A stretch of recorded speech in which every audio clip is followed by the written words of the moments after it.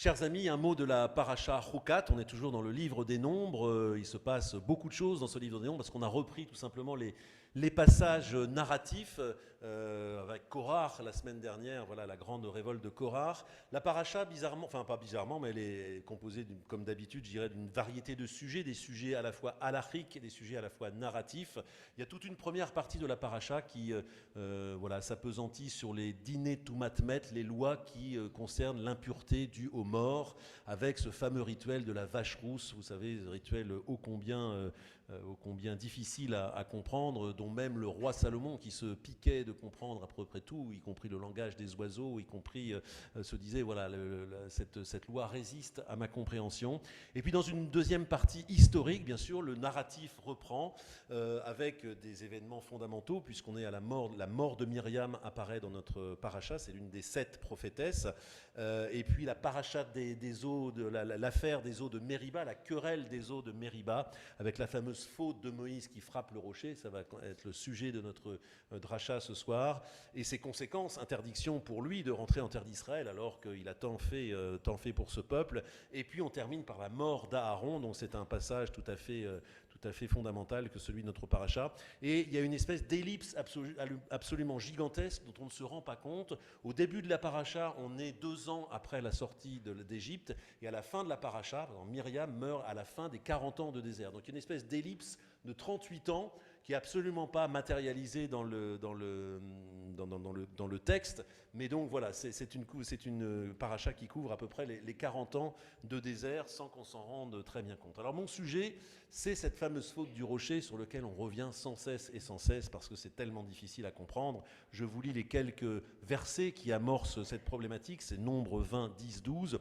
Puis Moïse et Aaron convoquèrent l'assemblée devant le rocher. Il leur dit: Or, écoutez, rebelles, est-ce que de ce rocher nous pouvons faire sortir de l'eau pour vous? Donc ils sont sous la pression du peuple en disant donne-nous de l'eau, donne-nous de l'eau. Et Moïse et Aaron, un peu piqués dans leur honneur, dans leur orgueil, dit mais vous croyez qu'on n'est pas capable de vous donner de l'eau? Et Moïse leva la main, c'est le verset 11, et il frappa le rocher de sa verge par 2 fois. Il en sortit de l'eau en abondance, et la communauté et ses bêtes en burent. On pourrait s'arrêter là et dire fantastique, bravo, Moïse n'a rien perdu de ses capacités à la fois de prophétie vaguement magique, etc. Mais, verset 12, mais l'Éternel dit à Moïse et à Aaron: puisque vous n'avez pas assez cru en moi pour me sanctifier aux yeux des enfants d'Israël, aussi ne conduirez-vous point ce peuple dans le pays que je leur ai donné. Et donc voilà, c'est la faute s'abat sur eux. Eux ne rentreront pas en Israël. La faute paraît très dure. Ça fait penser à ce verset d'un de mes maîtres à Jérusalem, à la yeshiva où j'étudiais, qui racontait l'histoire suivante, qu'un élève à lui était venu le voir en disant: Maître, Rav, j'ai du mal à comprendre, je suis très perplexe devant tout ce que je ne comprends pas. Et lui avait répondu: eh ben, figure-toi, mon enfant, je suis moi très perplexe devant tout ce que je comprends. Et c'est typiquement un verset où on se dit: mais bon sang de bonsoir, qu'est-ce que ça peut bien vouloir dire tout ça? C'est comme la mort de Nadav et Avihu. Bon, on peut concevoir qu'il y a une faute.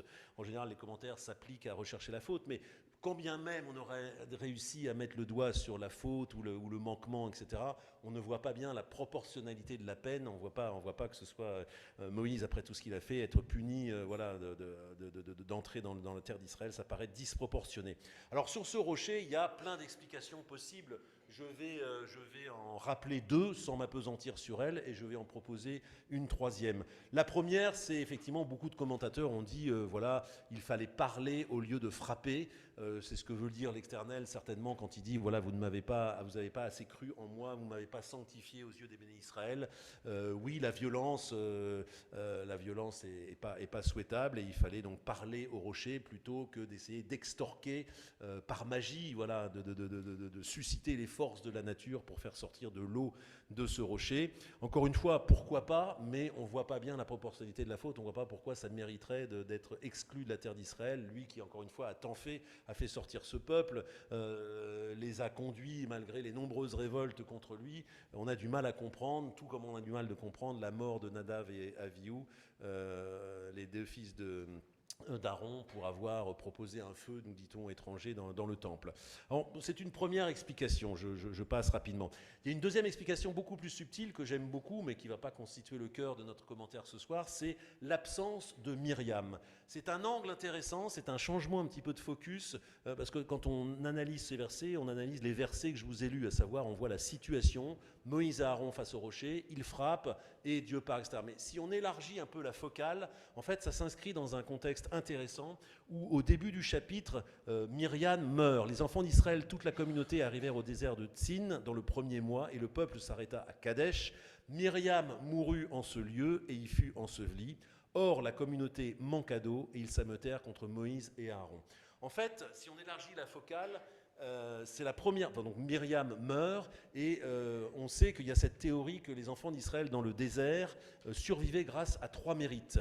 Le mérite justement de Moïse, le mérite de Aaron et le mérite de Myriam. À Moïse était attribué le mérite de la manne, le pain, ce qui sort de la terre, ce qui nourrit le peuple. À Aaron, c'était les nuées de gloire, vous savez, cette espèce de colonne de feu ou de nuages qui protégeait le peuple, et à Myriam, l'eau. Donc on a les 3 facteurs de vie en quelque sorte, l'eau qui fait vivre, le pain qui nourrit et qui sort de la terre, et puis la protection d'en haut, la protection de la colonne divine.